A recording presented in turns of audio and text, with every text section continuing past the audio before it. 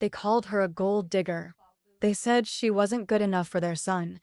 They mocked her cheap dress and demanded a prenup to protect their precious family fortune. But what this wealthy family didn't know was that the poor girl, they were humiliating controlled a $950 million business deal that could save or destroy them. One phone call, one decision, and their entire empire came crashing down. If you're part of the Black Visionaries family, hit that like button right now and subscribe for more jaw-dropping stories like this one in She's Not One of Us. Darling, look at her cheap dress. The venomous whisper cut through the elegant charity gala like a knife. Victoria Sterling Montgomery stood frozen, champagne flute trembling, as her future mother-in-law's words shattered what should have been the happiest night of her engagement. What Margaret Blackwood didn't know was that the cheap dress cost more than most people's cars. What she didn't know was that Victoria held the power to destroy everything the Blackwood family had built. But she was about to find out. Victoria had fallen in love with James Blackwood at Harvard Business School, drawn to his charm and seemingly genuine character. For 2 years, she'd hidden her true identity, introducing herself as Vicky from California, who worked at a small nonprofit. She wanted someone to love her for who she was, not for the billions attached to her family name. The engagement party at the Blackwood mansion was supposed to be intimate, just family celebrating their upcoming union. But from the moment Victoria arrived, she felt the ice-cold reception from James's relatives. "I can't believe James is marrying her," Aunt Patricia whispered loudly. "She works at some little nonprofit, probably makes $30,000 a year." Victoria's jaw tightened. Her little nonprofit was the Sterling Foundation, one of the world's largest charitable organizations with assets exceeding $2 billion. She was its president and primary benefactor. The girl clearly trapped him, Margaret continued, adjusting her pearls with disdain. These social climbers always have an angle. James stood across the room with his fraternity brothers, oblivious to his family's cruelty. Victoria had hoped he'd defend her, but he seemed determined to avoid confrontation. The attacks escalated during dinner. Margaret made pointed comments about Victoria's modest background and how challenging it would be for someone of her limited means to adjust to their lifestyle. "We should discuss a prenuptial agreement," Margaret announced over dessert, "to protect James's inheritance from complications." The implication was clear. They thought she was a gold digger. Victoria excused herself to the powder room, hands shaking with rage and heartbreak. Her phone showed 17 missed calls from her assistant. Something was happening with the Blackwood Industries deal. For 8 months, Victoria's company, Sterling Capital, had been negotiating to acquire Blackwood Industries' struggling manufacturing division for $950 million. The deal would save 3,000 jobs and prevent the Blackwood family's bankruptcy. The irony was perfect. They were treating her like a parasite while depending on her for salvation. Her assistant's urgent text read, "Emergency board meeting tomorrow." Blackwood pushing for signatures. Richard Blackwood called 3 times asking about timeline. Victoria stared at her reflection, seeing generations of sterling women who'd built their fortune through intelligence and determination. She'd spent 2 years pretending to be someone else, hoping to find genuine love. Instead, she'd found people who measured worth by bank accounts. Her phone rang. Her head of acquisitions needed final approval. "Victoria, we need your decision on Blackwood Industries. Contracts are ready for tomorrow." "Cancel it," Victoria said quietly. "Cancel the entire deal. Cancel. This is nearly $1 billion. Are you certain?" "Completely certain. Send the cancellation notice tonight." Directly to Richard Blackwood.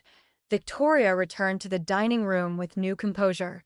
Margaret was telling stories about appropriate marriages, each one criticizing Victoria's unsuitability.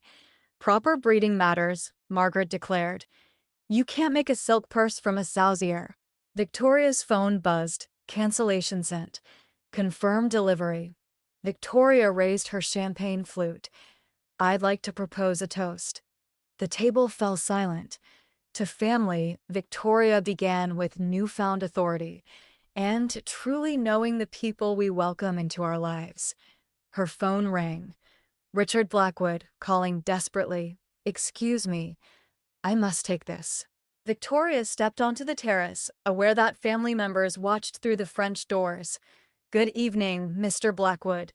Yes, this is Victoria Sterling Montgomery. Yes, that Victoria Sterling Montgomery from Sterling Capital. The same woman sitting at your dinner table as your son's fiancée." Richard's face drained of color through the doorway. "Sterling Enterprises is withdrawing from the Blackwood Industries deal, effective immediately." "Why?" "We've determined that Blackwood Industries doesn't align with our values regarding respect and human decency." Richard burst through the doors, panicked. "Victoria, please, let's discuss this." Victoria walked back inside with regal composure. The family sat in stunned silence, Margaret's smile faltering. "James," Victoria said calmly, removing her engagement ring and placing it on the table with a soft click. "We're not compatible. Your family has made it clear I don't meet their standards." James jumped up, confused. "What's happening?" "Dad looks terrified." "Your former fiancée," Richard whispered hoarsely, "is Victoria Sterling Montgomery of Sterling Enterprises, the company that was going to save us from bankruptcy." The room erupted. Margaret went white, realizing her catastrophic error. Patricia dropped her wine glass, crystal shattering. "The woman you called a gold digger," Richard continued, voice breaking, "is worth more than our entire family fortune. The deal she just canceled would have saved our company and 3,000 jobs." Victoria gathered her purse with dignity intact. "I spent 2 years hoping to find a family that would love me for who I am. Instead, I found people who judge others by assumptions and treat those they see as beneath them with contempt." She looked at Margaret. "You're right, breeding does matter. Unfortunately, your wealth couldn't buy basic courtesy." James followed her to the door, pleading, "Victoria, I love you. Don't let their ignorance destroy what we have." Victoria paused at the door. "James, you watched them tear me apart for 2 hours and never defended me. That tells me everything about what our marriage would have been." The next morning, news of the canceled $950 million deal hit financial papers. Blackwood Industries stock plummeted 60%. Margaret, who'd worried about Victoria's limited means, watched her own fortune evaporate overnight. Victoria's assistant reported 3 other firms withdrew offers after hearing about the cancellation. Word travels fast in these circles. Victoria felt no satisfaction, only sadness for what could have been. She truly loved James, but love without respect was an illusion. 6 months later, Victoria received an invitation to James's wedding to Patricia's daughter, a suitable match Margaret had arranged. The irony was perfect. James married within their social circle just as his family lost their place in it. Victoria never responded.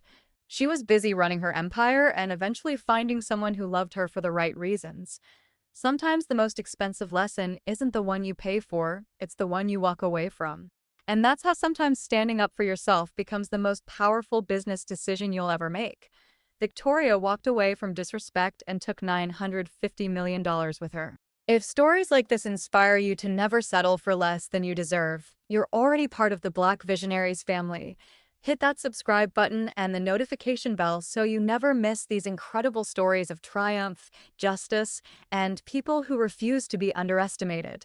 Drop a comment below. What would you have done in Victoria's situation? I'll see you in the next story, Visionaries.